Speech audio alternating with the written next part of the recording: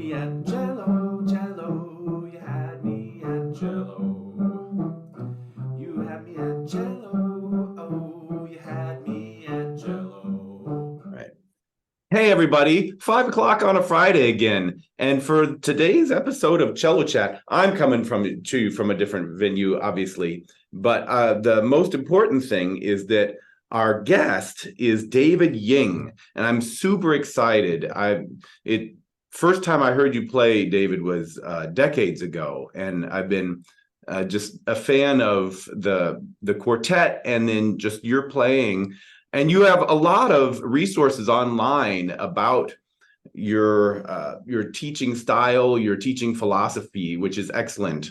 But if you wouldn't mind, introduce yourself for our viewers and tell us a bit about your story with the cello. Yeah, wow, okay. I'll try to do that briefly. I'm David Ying. I grew up in the Chicago area, but presently live in Rochester, New York. I work at the Eastman School of Music. Um, I have been trying to figure out the cello for quite a few decades now. It's been quite a story. That's why I said this could go on a little bit. However, I will also say it's an endlessly fascinating quest and journey. And I know you feel this way, Benjamin, and a lot of people out there do, because I'm hardly the only person out there that likes playing the cello. So it's just crazy to me to think about this wooden box that with vibrating strings on it that we rub and over and over and over again. And also people have been doing it for hundreds of years too. Um, and it's still the same. I mean, even amongst musical instruments, string instruments are so unaffected by Hmm. technology compared to just about anything in life. Yeah, there've been a few improvements like the end pin, fine tuners, steel strings, whatever. Some people don't even think steel strings are an improvement. So, right? So, it's just crazy. But it tells you that there's something innate to this, the pursuit of this that's really deeply satisfying and motivating. Here, here. Yeah.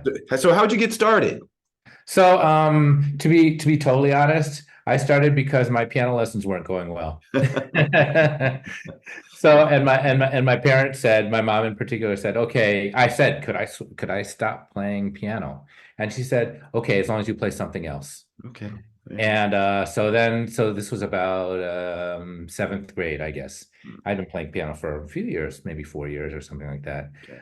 And I had younger siblings who were playing violin at the time. And it seemed much more fun. It seemed like they were having more fun than I was. So I was like, okay, strings, that's a good thing. But I'm not going to play violin because I don't want to be worse than my younger siblings at anything. So no one was playing cello, and no one had told me that trumpet was a viable option. So cello, I said, how about cello? It looks fun. You sit down when you play it. And so my mom said, okay, sure, cello. She found me a great cello teacher. And I took to it right away, I have to say. I mean, the piano was obviously a big help, could read music already, had some sense of maybe what I was aiming for with my ears. And I joined a youth orchestra right away. And that was immediately a different experience playing with other people than sitting down at the piano by myself. The next part of the story, though, is my mom said, okay, so I said, okay, I'm playing the cello. Can I quit piano now? And she said, okay, but you have to tell your teacher. And I had the nicest piano teacher, so gentle, so patient. And I was a pretty shy kid myself. It took me 2 years to build up the courage to tell her that I was going to stop playing piano. So for 2 years, I played both, although it was mostly cello. Do you But think cello was I had a great time with it right from the beginning. you think that So was your mom's plan all along as a way to keep you playing piano longer? yes, 100%. Especially now that I'm a parent. Yeah. Yes, I'm onto that now. Of course, it's too late to do anything about it. And then your amazing list of teachers that you're saying you're so lucky to study with. I feel the same way too. Walk us through those, if you So, would. that's the thing. Even from the beginning, like my mom had the sense, maybe it's because my siblings were playing and she always was aware of how big a difference a teacher could make in a kid's not just their improvement on the instrument, but their enjoyment of the instrument, which I think those two things have to go hand in hand personally. Again, speaking not just as a teacher, but as a parent. And so I had a wonderful teacher growing up in Chicago. Her name was Nell Novak. She, after me, had even better students than me, like Wendy Warner and Annie Asnavourian, some people who are still quite active in the field and wonderful cellists.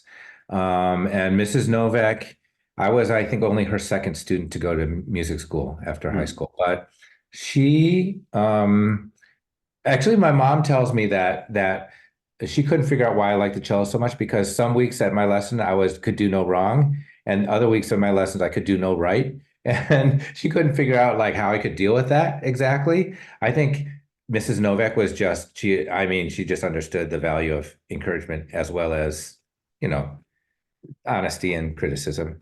But she was, I guess, apparently, I don't remember it this way, but I guess she was could be quite demanding with Mm. me. Anyhow, but out of this experience with her, I had a great foundation and most importantly, learned to love the cello. And but I knew nothing really about music. I had gone to some summer music camp, so I was around some other kids who were quite serious about it. But when it came time to go beyond high school, I didn't know what the next step was, except that I liked music. And to be honest, I was headed more towards academics in college through high school. I went to also a very demanding high school and worked pretty hard. Probably by senior year, I was probably more accomplished in mathematics, especially than music.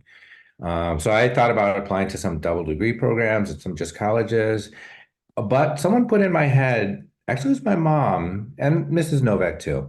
Like, you have some potential. You could study music. And I said, what's that about? Well, why should you study music? And both Mrs. Novak and my mom said, if you love music more than anything else, it's worth trying. And my mom in particular said, you're going to do something hopefully for the next, who knows, 40, 50 years, the rest of your life. It should be something that you really like doing. So not even saying like, what are you best at or what are you going to make the most money doing? Um, you should be something that you love. And I thought about all the things in my life and then I was like, cello playing I love, thanks to Mrs. Novak.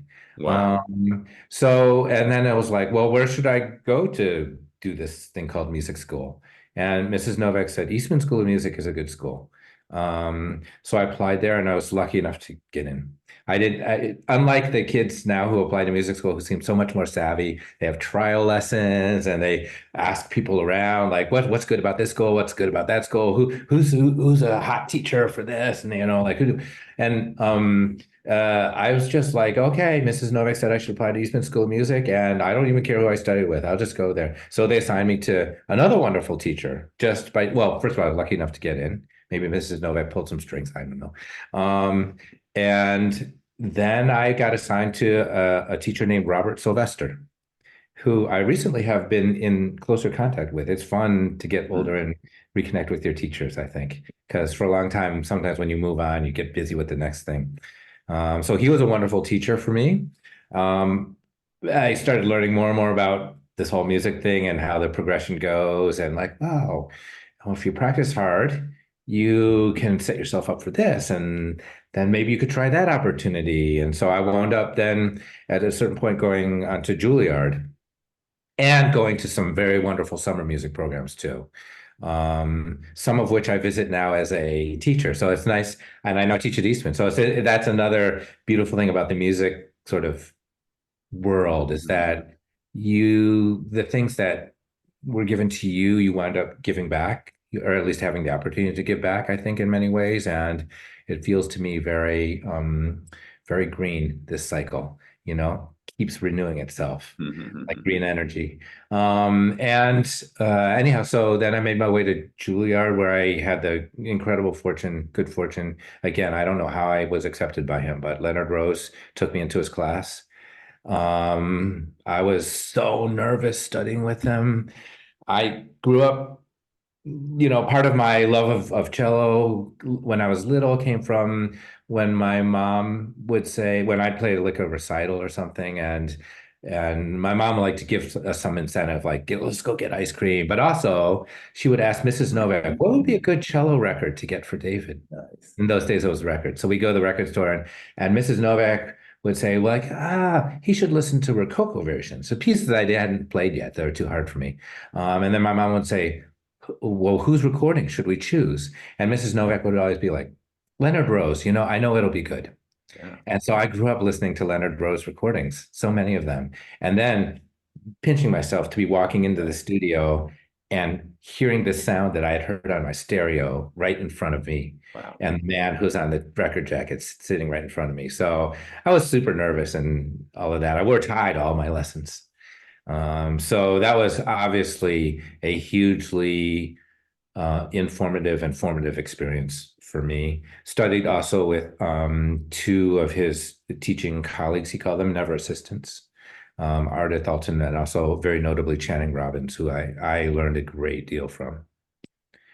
And then on, did some grad school, got some great teaching in the summertime from people.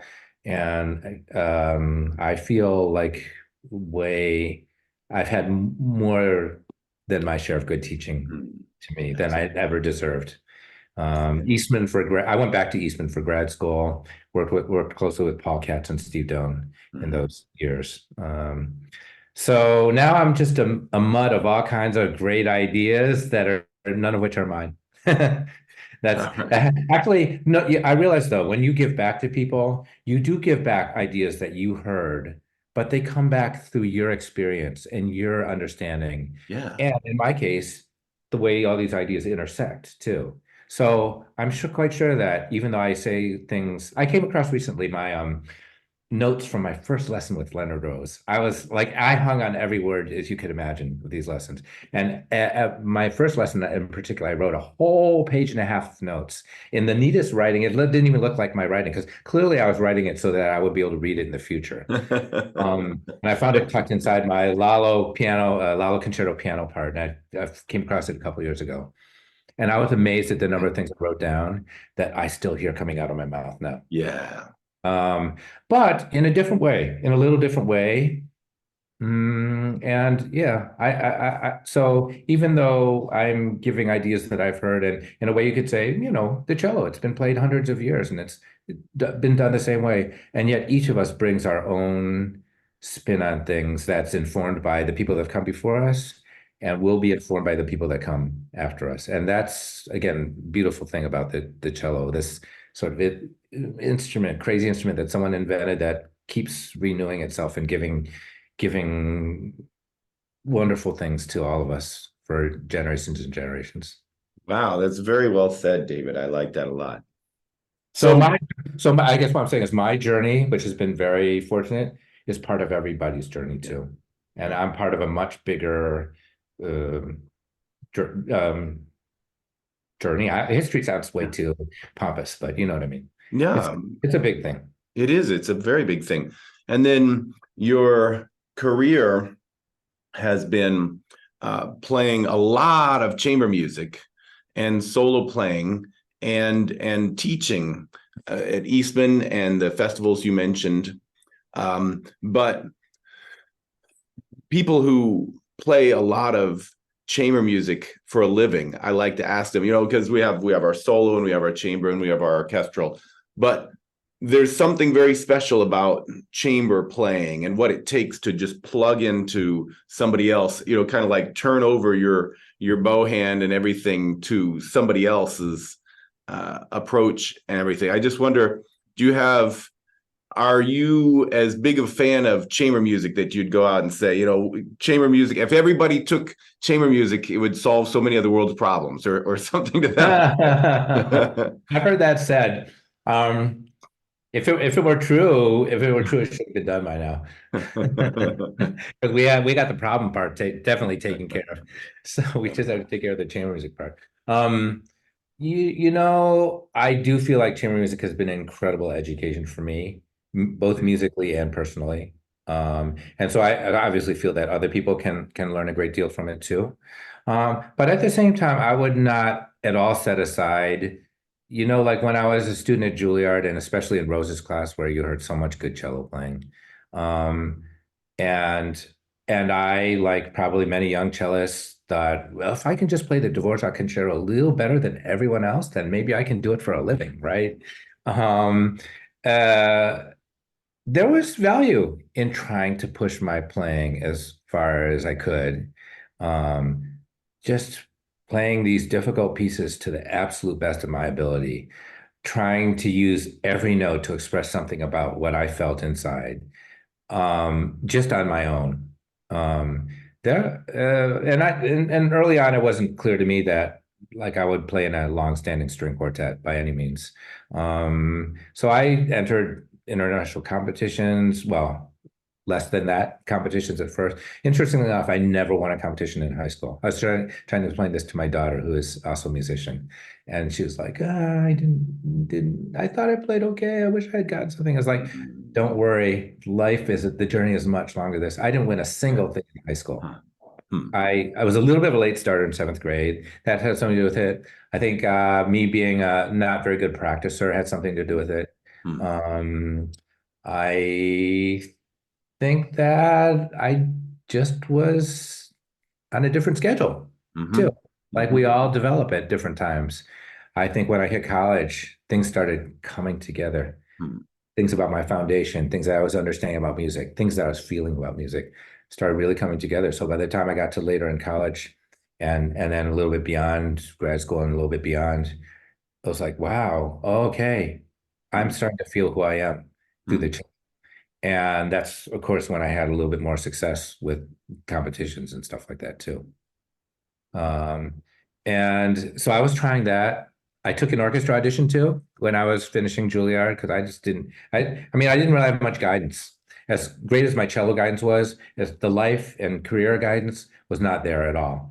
I don't think it was paid attention to as much in those days. So I Mhm. tried this, tried that. I love playing chamber music. I've always loved playing chamber music. Mhm. In my sophomore year in college, I remember I played in four groups because it was at Eastman, and the students hear that like, "Can we play in four groups too?" I was like, "No, I don't recommend it." You have to like not do your theory assignment to do that and stuff like that. Anyway, so gosh, I love chamber music as long as I can remember playing the cello. I love playing with other people. That's Yeah. what it's playing, making music with other people. I love that, and that's what the essence of chamber music is. And it ought to be that way. It ought to feel that way in orchestra too. I know sometimes you can feel a bit more like a cog in a machine, but it ought to feel like that too. I feel like Yeah. in orchestra, it's like we're just making music together. It just Right. happens to be 80 people instead of four. So it wasn't clear to me what would happen, but I know that all of these things, trying hard to do all of these things, helped me become a better musician, period. Mhm. And then no matter what situation you're in, I feel like you have more to offer. But chamber music has been an incredible education for me. Yeah. I will agree with that 100%. Outstanding. So motivating students to practice when they want a little bit of, or that just with a little bit of an extra boost, that they would advance at a faster rate and that they'd love that too. But sometimes students just don't necessarily immediately know how to connect that dot the rest of the way. Do you have some favorites? I mean, obviously what you talk about is, finding the love for the music itself. But what are some other things you do to help? All I have to do is look in the mirror if I want to sort of understand what's difficult about practicing, because I don't think I've experienced any different things than any of my students and had the same challenges. Um, I think it can go a lot of different directions, and I try and figure out. I mean, when I'm interested in motivating my students, I also want to know as much as possible where they're coming from, um, because not being a good practicer can have everything to do with like not getting enough sleep at night, not having a good place to practice, um, not knowing what I'm trying to accomplish when I'm trying to practice, um, being distracted by other people or situations in my life. I mean, there's any number of things that can get in the way of good practicing. So instead of just sort of like having a laundry list of 100 things to do to practice well, I want to know specifically for myself. So what's stopping me? So like if I'm practicing and I'm too close to the refrigerator all the time and I just want to keep on getting up and getting something to eat or drink, then I'll practice at school instead of at home, or I'll practice in a practice room where there's nothing there. I had a conversation with a student once who said, like I set aside 2 hours in the practice room. I got it all built into my schedule because that's another thing when we have a lot of other things to do. Yeah. Easy for things to squeeze practicing out because that's kind of always the flexible thing you can move around. So I had it scheduled. I got in the practice room and I practiced for like 10 minutes. And I said, what happened after that? She was very honest, actually. I appreciate what students are honest because actually that's the first step towards addressing a lot of this stuff is you got to be like upfront with yourself. She said, yeah, so what happened after the first 10 minutes? Yeah, well, I got my phone out. And I was like, I've got an idea for you. Leave your phone outside of the room. Leave it in your locker and just take your cello in the room. Yeah, it's like it's hard. And there's probably even more distractions now for like my kids than when I was in high school. So I totally understand. And then I think beyond that, I've also encountered in myself like what you do. Once you get yourself in the room, I got the energy, I got all my cello and my music, and nothing's stopping me from being with my cello. What am I going to do? And there are ways that one can practice where you experience success and progress. Everyone loves to be good. I haven't met a student yet who doesn't want to be good, right? Yeah. And so if you feel like you're getting better, Yeah. I think that's a very powerful way to feel like, well, this practicing thing is worth it. If you don't feel like you're getting better, then it gets kind of demoralizing. If you have the same problem with the passage every day or even 2 weeks later, then it doesn't feel good. It just doesn't feel good. So I think you have to set yourself up for success in my opinion. And as a teacher, part of it is making sure people are playing the right music too, right? Where you can experience success at a not immediate level, but at a steady level, right? Like I wouldn't want something to be too easy where you didn't have to wouldn't be any challenge either. So I think as a teacher, that's an important thing is to figure out, or in my case, I also like to let the students choose repertoire a little bit, but help guide them towards repertoire that's going to be the right level of challenge musically and technically to set them up for a certain amount of success, but also where you have to work for it.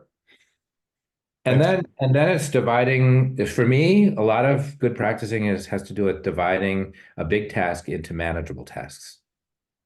So if I just sit down and play the first move of Dvorak from beginning to end and hope for the best, I might get fortunate because I've learned other pieces or my teacher showed me a couple of tricks. I might get lucky on here and there, but I'm probably not gonna. Well, if it's easy enough for me to get through the whole thing, then it's obviously now I need to have something else to practice because practicing is not going to help me there. But even if there's a musical challenge or some understanding of a passage that needs to happen. So I need to be able to obviously identify where those challenges are and then work on them in a way where I can, by the time I finish playing the whole movement, obviously I'm not going to remember in detail what happened in the second theme of the exposition. So like I need to be able to zero in on things. So I'm not saying anything that any other teacher would say, but it's interesting that it's harder to practice than it is to talk about. Practice, no pun intended, or pun intended. So where you really sort of dissect it and kind of analytically go to where's the challenge, where's my lack of understanding, where's my lack of execution, and then have the ways to address it very directly. And then to understand that even in 5 minutes or 2 minutes to sense success. Yeah. Like I believe that about practicing. If you don't experience a certain amount of success, even if it's a little bit, like immediately, then I don't think it's effective practicing. At the same time, if you don't feel some sense of a little bit of frustration, quite the right way there, I think that's also you're not really practicing. Pushing the envelope, yeah. So I want to experience both things. Like ideally, I'm again easier to say than do. I want to experience both things all the time when I'm practicing. A certain amount of success, a certain amount of frustration. And for along those lines of frustration, I also think that under maybe at least for me, looking at my life and some of my students, an underappreciated part of practicing has to do with imagination and ear, like inner ear, like what imagine. Like you have to be able to imagine yourself playing a passage in a way that you haven't yet done it. Even if it's as simple as I want to hear that shift in tune. I have to be able to hear it in tune before I can do it in tune. And then it filters down to like, tone quality, phrasing, artistic choices, vibrato. Ideally, I want to always be hearing something in my playing that I have yet to do. Nice. And hopefully in a way that's real enough and with enough tools that I can realize it with a little bit of practice. That whole area of imagination and making sure your ear is out in front, out there somewhere, I think is sort of underappreciated maybe. Because I know there's so many times when I'm playing and I'm just like, let's just play that again. Let me just play that again. Yeah. Let's play that again. Or I'll be just going for something very like, not really letting my imagination have full run. I'll be just like, let me just get that passage in tune. So I can imagine myself playing it in tune, but that's as far as my imagination goes. You know what I mean? Yeah. And I'm not getting the most out of my practicing if I do that. Even though I might be getting a little bit, maybe I'm improving the intonation, right? But like, what about the way the intonation has to do with like the quality of the shifting, like not just the accuracy of the shifting, but like the expressive quality of the shifting, or how's my vibrato affecting the way I hear pitch? There's even other technical issues that to me would, if I let my imagination really go, it would really give me things to like, there's something I need to work here for in my practicing. And it's hard to practice this way where you're that present, but like if you can, I think then practicing becomes a whole different thing. And I also think I would experience success on many more levels that would also make me feel hopefully a little bit more excited to practice too. Practicing it all, it's such a big topic. I'm so glad you addressed that because I think it's the number one way that people grow as musicians and improve as cellists. It's even more important than having a good teacher. If you can practice well, a teacher will help you practice well, I think. That's the way I view my job. But it's still you that does the practicing, and me that does the practicing for myself. And if you practice well, you'll get better. You just will get better. And then that leads to fun, in my opinion. Yeah.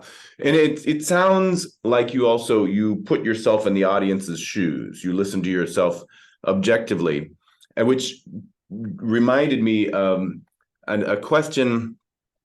I mean, I remember like when your quartet came to Whitewater many years ago. It's been too long. We need to have you back. Long time.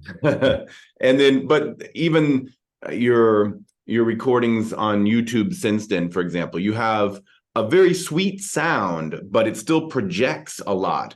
And it's funny. It seems like there are a fair number of young players who kind of do either or. You know what I mean? They have a sweet sound, but it doesn't get very far. Or they project, but it's got a little bit of kind of edge in it. So was that, how do you do that? Do you have some tips? I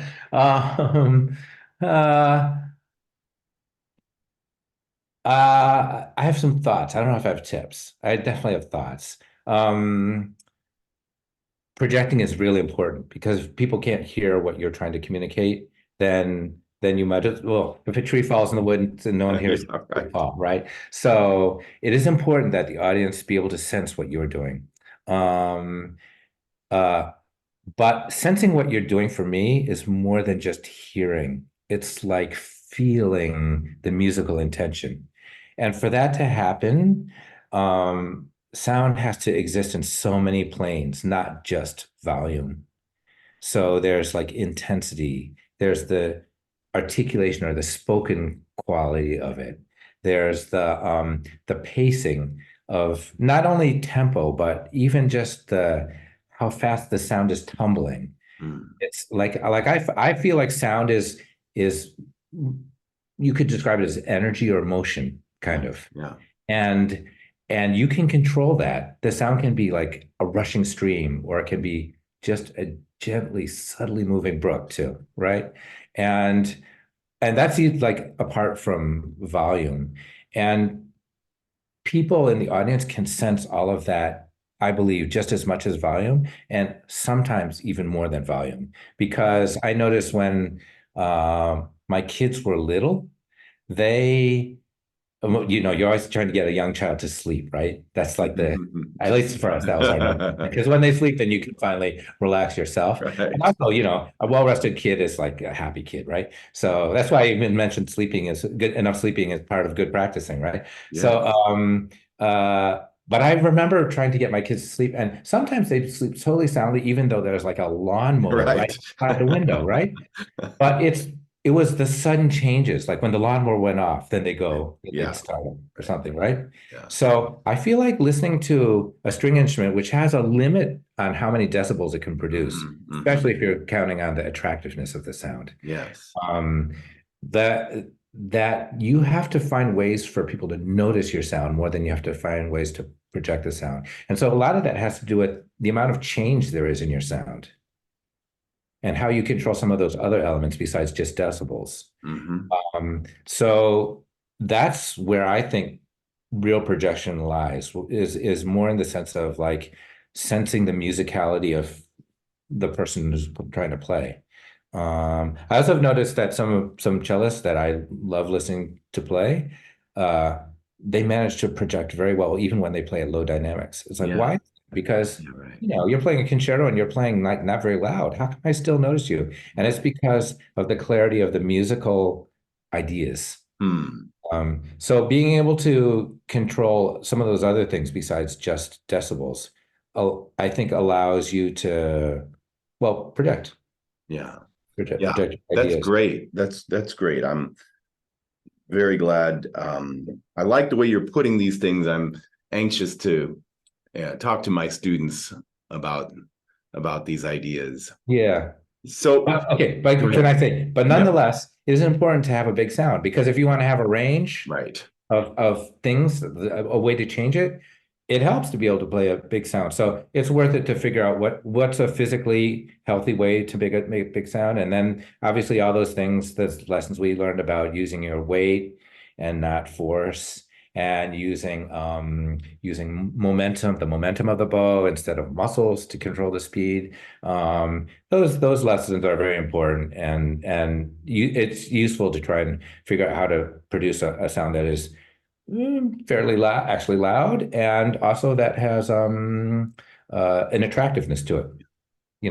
Because like you say, I don't think anyone, except for a few moments in music when you actually want to express an emotion that maybe was kind of negative, anger or something.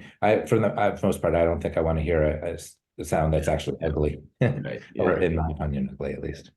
All right, I have a couple questions. I think these both are related to this motion detector thing. To the Ying Quartet. I thought it was a solar eclipse happening. So I like to think of myself as somebody who does adventuresome programming, but you all won an award for adventurous programming, right? Yeah, that was at a festival that I was running with my wife. What? Very creative. Yeah. What do you intentionally try to think of? It's like, okay, this piece, what would be something adventurous to pair with it? So, we were just talking about projection. And to me, like what I think of projection is like when people can sense your musical intentions.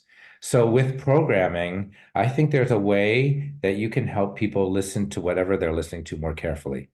Okay. And to get more from the experience. I that's my goal anyways. And so for me, the kind of program I'm least attracted to is all Mozart.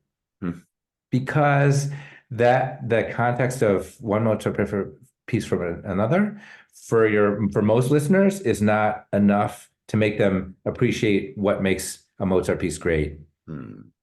So it's not my favorite kind of programming unless you really love Mozart. And then it'll be like, it's like, oh, what's wrong with chocolate cake for all three courses of the meal? Which my daughter would totally approve of. So So I view listening to music as like the more points of context you have that help you listen to a piece of better the piece of music better, the better. So some people like listening to very old music next to very new music. The contrast makes you obviously totally aware of like, wow, why are we listening to those two things next to each other? But then also maybe forces you to be like, oh, is there anything that connects these pieces too? So that's one way of doing, people have done that sort of adventurous programming. I would love it if for every string quartet concert, if we could have a singer be a part of the concert, you Yeah. know? Oh, wow.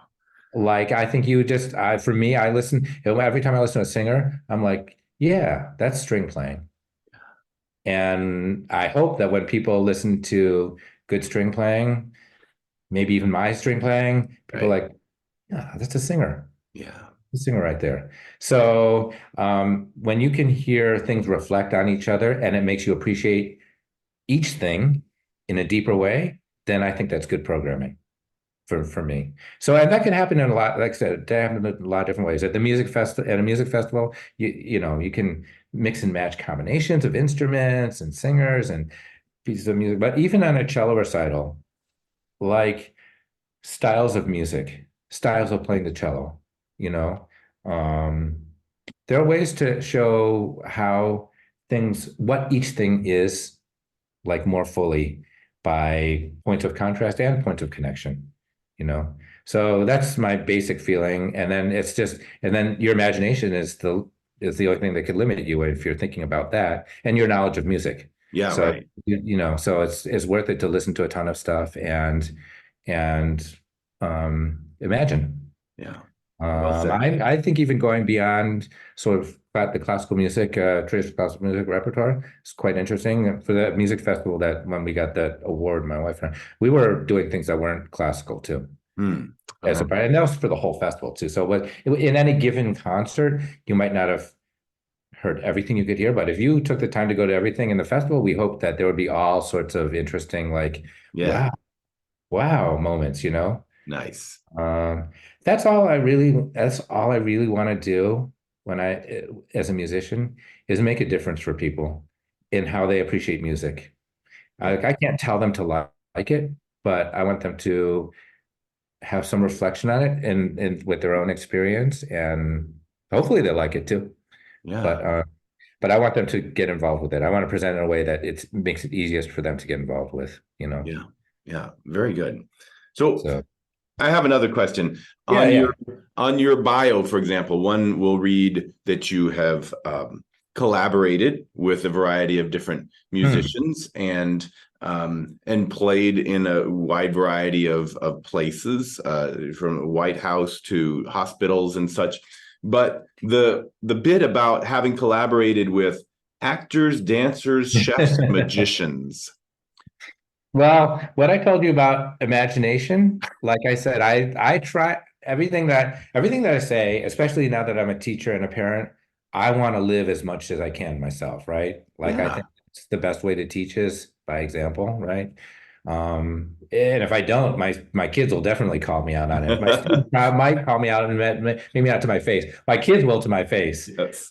right? Do you have kids, by the way? Yes, actually, that's why I'm at Milwaukee School of Engineering helping my boys move out of their dorms. Oh, okay, all right. So you know of which I speak. So my kids are a little younger than yours. I have two high schoolers. Right. But yes, they're anyhow. So we have had like the great fortune to, as you said, collaborate with like mentors of ours. We've played quite a lot with Menachem Pressler when he was alive and playing, you know, the pianist of the Beaux-Arts trio. I was looking at through my phone at some old photos the other day, and I saw it was a picture of us with Leon Fleischer and oh, it's just so many people that and have not played for them, played with them, played for them. Hmm. Like Louis Krasner, who the Berg Violin Concerto is written for, I spent time with him. And anyhow, and because of the way music works, this thread of history, it makes you so appreciative and aware of it when you get to do that. But our imaginations are continue to go and like, okay, well, so we could play a concert with a violist, and there's also good, great viola quintets, oh, add a cellist, we could do some sextets, awesome. But our imaginations kept going and like, what can we do besides that? And so we did some things that other people have done. Spoken word, that's not uncommon. To Actors. have poetry, especially, I mean, you want, in my opinion, anytime you collaborate, it's a chance to understand the music better, right? So if we play with Pressler, it's so we can understand more what goes into his mind as a musician and make our music making better because of that. So if there's going to be spoken word, it should be something that amplifies the meaning of the music, both for us and for the people who are listening, the audience, right? So we're not going to just randomly have some poetry recited by some famous politician or a person just to, oh, we can have someone famous on our concert. I don't, that didn't really interest us. So it'd have to be chosen well. There had to be some reason. And then we got to like, oh, would it work within the piece? Like while a piece was going on, could you amplify the meaning? So it'd have to be certain pieces that where it wouldn't, and certain moments in the piece, or maybe we're going to insert a fermata here and have a few bits of words. So we took it a little bit further. I'm not always sure that we were successful. I mean, we used our experience as musicians and artists to try music to make the music better. But just like sometimes we'll try something, a retard here or a crescendo here, and it doesn't, I don't know if it made it better. So I don't know for sure, but it for sure allowed us all to hear the music differently. Yeah. And in our hopes, it would be to hear it at a deeper level too. So okay, well, spoken words and actors, and we had some fun collaborators. We Leonard Nimoy, we did something with one time, the Spock, right? And Maria from Sesame Street, and anyways, some people we knew and some people we didn't. Some people we less important actors, I guess you'd say, less famous actors. Then like what else could we do? What else could we do? And if it was all driven by the music, we felt like that should be the thing that drives it. And just like in the end, we want people to hear the music better. That's the whole reason to collaborate for us. It's not to just have a three-ring circus, because you can go to the three-ring circus and see that. We're musicians, we're not ringmasters. So eventually we had a piece by Chen Yi written for us. She's a dear friend and a wonderful composer, right? And the topic of her piece, a lot of our commission pieces we actually asked composers to write something about the experience of being an American. So they would tie our compositions to our commissions together so that we could play a bunch of them as a set even, and it'll be like, oh, there's this idea. It's about being an American, right? So her idea was about being a Chinese American and celebrating Chinese New Year's in Kansas City. So there was one movement that was about sword dance, like martial arts. There's another movement about the language, about saying Happy New Year in Chinese and imitating that with the instruments. Nice. So the talking fiddle, because there's a instrument in China that actually imitates speaking too. But like I said, that's what I'm trying to do anyway, right? Like trying to be like a voice.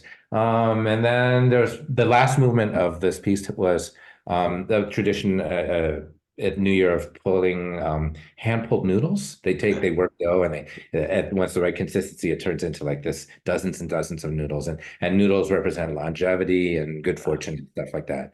So we're like, hey, the piece is about this. We could do this. Like, why not do it in the performance? So we found a guy who's a martial artist who did this sword dance, and we played the music for him, and we figured out like, well, where could you insert like things like this? Sit far enough apart so the swords are not in danger of hitting us. We didn't do anything for the talking fiddle movement because that was the subject is the talking fiddle. We were the talking fiddle. And then for the last movement, we found a Chinese chef that did this. It's not a widely practiced skill in kitchen. So it's a bit of to do it well, it takes some skill. So we found someone who did it really well. He didn't speak Chinese. I mean, he didn't speak English, however, and we didn't speak Chinese. So it was a little difficult sometimes to communicate. But basically, during this part of the piece, we played, and there's a part in the music where you could actually see that the quartet is all interwoven, and then all of a sudden the instruments separate, like the the four strands of music. Like, so we were like, we thought it'd be perfect if he's working the dough, and then at that moment is when he starts pulling the dough, and then he starts seeing the noodles, right? So And we even had it, so it wasn't a big hall that we did this in, but we had even a video camera set up so that you could see more clearly what he was doing in the Huh. back. And then it was on a screen, right? So the problem was it was so captivating to watch him do the dough. That, and especially when he did this, I don't think anybody remembers the piece at all. They just remember, hey, I went to this concert, this guy did the noodles. And so we missed on our goal, I think, even though it was a super fun to do. I'll bet. And I think it was good entertainment for the audience. I don't think we succeeded in our goal of getting people to hear the music more fully. I think we just introduced people to like Chinese noodle pulling is a pretty cool thing. But hey, experimentation, involves kind of trying something and seeing what happens. I think that is the essence of practicing too. Going back to that, Yeah. there should be a side of practicing and playing the cello that is all about experimentation. And sometimes experiments don't work, but you learn something from having done it. You learn, and also you learn what does work. And then when you lean into what does work, having experimented with some things that don't work, it gives you even more confidence. So, and I hope that carries over to our being a quartet, where you're constantly evaluating each other's ideas and trying to figure out what works for our quartet, that we don't diss an idea just because we didn't think of it or agree with it immediately, that we try it, and that even if it's my idea and it gets discarded by someone, that process will help us home in on more deeply what truly resonates with us and what's effective. So I hope that spirit applies to practicing too, and just being a musician. Because it can be, I think being a musician, as wonderful as it is, can be very dry too, if our sights aren't wide enough. Yeah. Yeah. So yeah, that has been an important part of our growth actually, is trying to use our imaginations in terms of programming and collaborating and experiencing. And I'll put in also in the area of collaborating, playing in places where music is not always played. Because in a sense, anytime you perform music, you're also collaborating with the audience. Yeah. So if you're playing in a space, or for more importantly for people for whom it's a new and invigorating collaboration, the results can be truly profound. Week and a half ago, I played in Monroe County Prison Jail. Excuse me. And they told us the guards told us it's the first time in history that civilians have been allowed to play music in there. And I'll tell you, I don't want to go on and on about it, but it was the most moved I have been in a performance in 15, 20 years. And the inmates were deeply moved. I mean, a number of them were weeping. These are not guys who listen to classical music. And then afterwards, some of them were saying things like, when I get out of here, I got to get a ticket and to hear some of this stuff. Wow. I mean, gosh, when you experience that, you realize being a musician is a privilege. Music has a purpose in our lives, especially music that's written in deeply human ways. Sorry. Sounds like I'm getting emotional myself. I just have a cough. Anyhow, I would also put that into the bucket of programming, collaborations, where you make music. I would put that in there too. Wow. Great takeaways. Well, David, so let's see, you have summer's coming up, of course, and you have some summer festivals, and are you doing more teacher training seminars, or and I'm sure concerts coming up. What's coming down the pike? Yeah, I try to say no to as few things as I can. I mean, because I learned so much by doing all these things, as I hope is clear by all of this. I mean, when you use your imagination and try things that you haven't done before, even if you might flop a little bit, I mean, you learn so much. I love that about this way of life. I was going to say business, but it's not that. It's more than that. Yeah. During summertime, a good chunk of it is in Maine at the Bowdoin International Music Festival, where I happen to be artistic director. And there are a few other areas of life. Being an administrator is a whole nother level of giving back. to the things that have been given to me. I view it as. So that's a big chunk of the summer. I do like doing things. I'm a fan of the site Cello Bello. You're on your way to your own Cello Bello, I think. The way that technology has allowed us to communicate and share, I think the more ways we can do that, the better. We're only as good as we are as you learn this from playing quartet. You're only as good as we are all together, and we have so much to learn from each other and ways that we can help each other. And it's neat. The pandemic was pretty bad in a lot of ways, obviously, for musicians. But one way that's good, Zoom and communicating through the internet. And that has allowed a lot of wonderful forms of communication. So I like, if I can find a way to do it, I like participating in some of those little online training seminars and stuff. Quartets, we keep plugging away. We still think we can get better, crazily enough, after all these years. And I actually think we are getting better, believe it or not. So I love that. And so we play concerts. We're playing 15 concerts in China next fall, in 20 days, all in different cities. So it's going to be mostly traveling, more traveling than playing concerts, unfortunately. But I enjoy it. The food is great over there. I'm usually tired at the end of the trip and about 10 pounds heavier.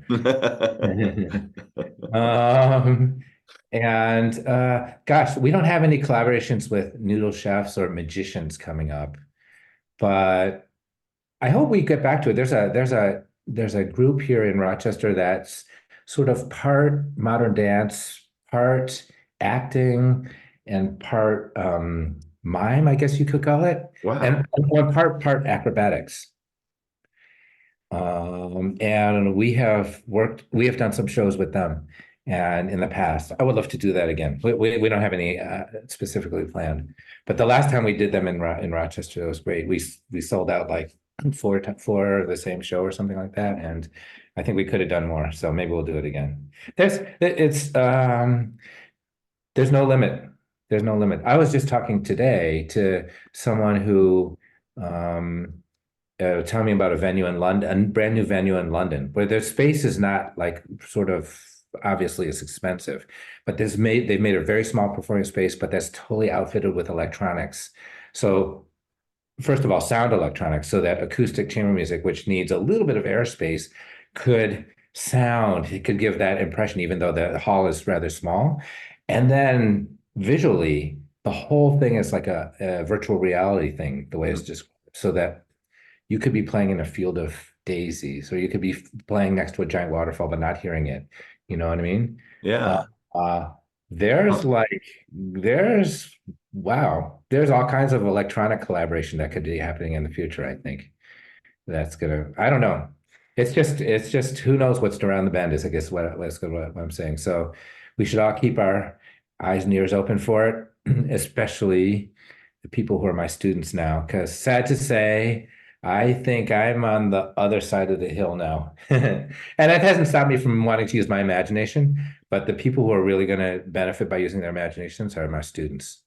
So that's, besides helping them hopefully practice as well as they can, if I can get them to use their imaginations and find new ways to share their music that haven't even been thought of yet, that's I think I couldn't be more excited to see where the music world is headed.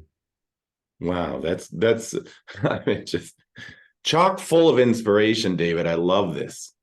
Well, so many people have inspired me, and I've gotten to experience so much that I can't help but feel a little bit kind of like inspired. And even at a few years into it, still feeling kind of idealistic about the whole thing. So yeah, so I'm mostly really grateful.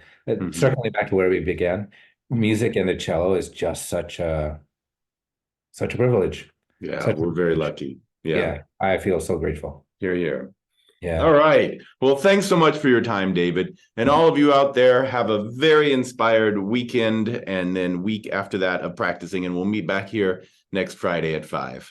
Take care. Yeah. Hey, great to be with you. You had me at Cello, Cello. You had me at Cello.